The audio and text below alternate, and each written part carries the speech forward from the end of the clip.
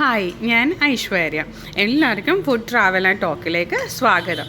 അപ്പോൾ ഞാനിന്നിവിടെ ഉണ്ടാക്കാൻ പോകുന്നത് പരിപ്പ് കറിയാണ്. സദ്യ സ്പെഷ്യൽ പരിപ്പ് കറി. അപ്പം ഈ ടേസ്റ്റി ആയിട്ടുള്ള പരിപ്പ് കറി എങ്ങനെ ഉണ്ടാക്കുന്നതെന്ന് നമുക്ക് നോക്കാം.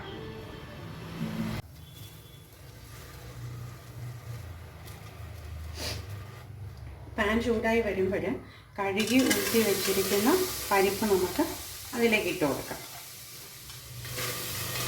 ഇത് 1/2 കപ്പ് പരിപ്പുണ്ട്.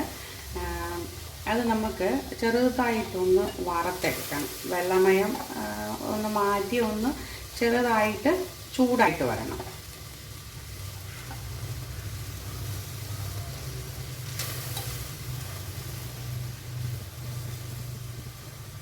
പരിപ്പ് ഞാൻ ഈ കുക്കറിലോട്ട് ഇട്ടേക്കുവാണ്. 1/2 കപ്പ് പരിപ്പാണ് ഞാൻ എടുത്തിരിക്കുന്നത്. എന്നിട്ട് ഇത് ചെറു തീയിൽ വെച്ചിട്ടൊന്ന് നന്നായിട്ട് ചൂടാക്കിയെടുക്കും. സാധാരണ ഞാൻ എന്താ ചെയ്യുക എന്ന് വെച്ചാൽ ഈ പരിപ്പ് വാങ്ങിക്കുമ്പോൾ തന്നെ കഴുകി വൃത്തിയായിട്ട് വെയിലത്ത് വെച്ചങ്ങ് ഉണക്കും.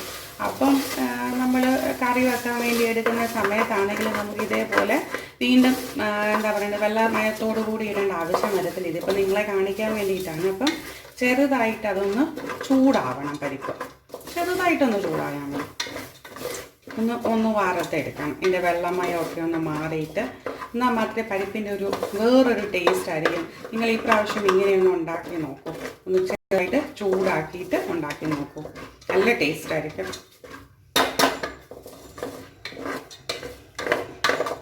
ഇത് നമ്മൾ സദ്യക്കൊക്കെ വെക്കുന്ന ടൈപ്പ് പരിപ്പ് കറിയാണ്.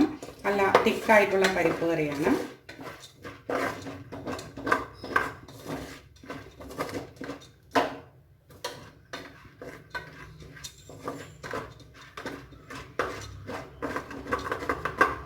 ഇപ്പോൾ ഈ പരിപ്പ് ആണെങ്കിൽ എന്താ പറയുന്നത് ചെറുതായിട്ട് അതൊന്ന് ചൂടായിട്ടുണ്ട്. അപ്പോൾ ചൂടായ ശേഷം നമുക്ക് എന്ത് ചെയ്യാമെന്ന് വെച്ച് കഴിഞ്ഞാൽ ഇതിനകത്തോട്ട് ഒരു 1.5 കപ്പ് വെള്ളം നമുക്ക് ഒഴിച്ചു കൊടുക്കാം. വെള്ളം നോക്കിയിട്ട് വേണം ഒഴിച്ചു കൊടുക്കാൻ. ഞാനൊരു 1.5 കപ്പ് വെള്ളം ഒഴിച്ചു കൊടുത്തിട്ടുണ്ട്. വെള്ളം ഒത്തിരി അങ്ങ് കൂടാൻ പാടില്ല, പക്ഷെ വെള്ളം വേണം നമുക്ക് ആവശ്യത്തിന്. നോക്കട്ടെ, വെള്ളം മതിയായോ, കുറച്ചുകൂടി വെള്ളം ഒഴിക്കാം. ഞാനിതിപ്പോൾ 2 കപ്പ് എടുത്തിട്ടുണ്ട്, പക്ഷെ 1.5 കപ്പ് വെള്ളം ഒഴിച്ച് കൊടുത്ത് നോക്കുവാണ് ആദ്യം.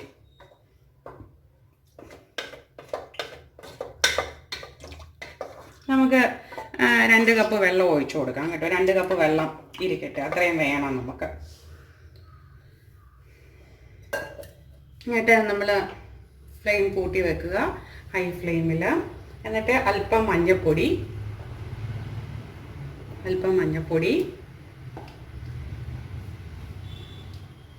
ആവശ്യത്തിന് ഉപ്പ് എന്നിവ ചേർത്ത് കൊടുക്കുക. എന്നിട്ട് എല്ലാം കൂടി ഒന്നുകൂടി നന്നായി മിക്സ് ആക്കിയിട്ട്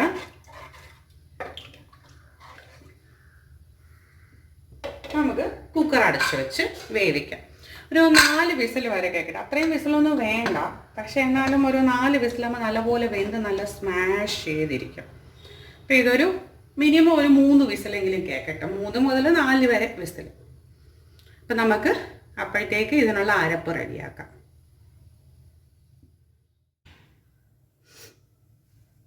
അപ്പോൾ ഇതാ പരിപ്പിൻ്റെ വിസിലൊക്കെ വന്നു. ഞാനത് ആറാൻ വെച്ചിരിക്കുവാണ്.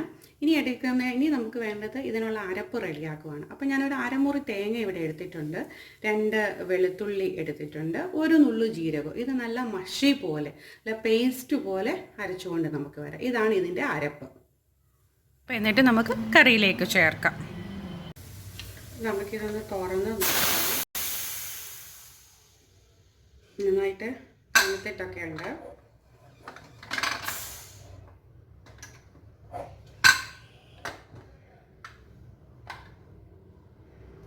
പരിപ്പ് നന്നായിട്ട് വെന്തിട്ടുണ്ടെന്ന്, നല്ല പോലെ വെന്തിട്ടുണ്ട്.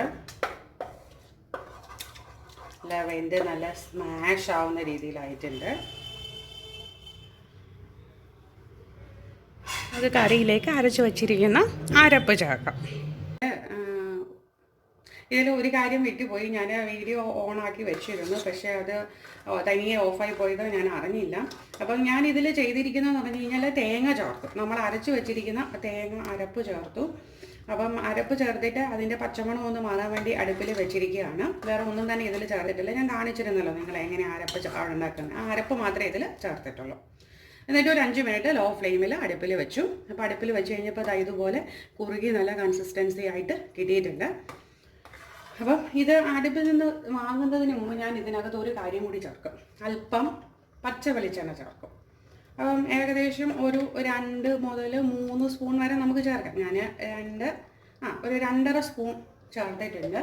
അതിന് നല്ല പരിപ്പിന് നല്ല ഒരു മണവും ഒരു ടേസ്റ്റും കിട്ടാൻ വേണ്ടിയിട്ടാണ് നമ്മളിങ്ങനെ ഇതിൽ ചേർക്കുന്നത്. അപ്പോൾ നമ്മുടെ ടേസ്റ്റി ആയിട്ടുള്ള പരിപ്പ് കറി ഇവിടെ റെഡി ആയിട്ടുണ്ട്.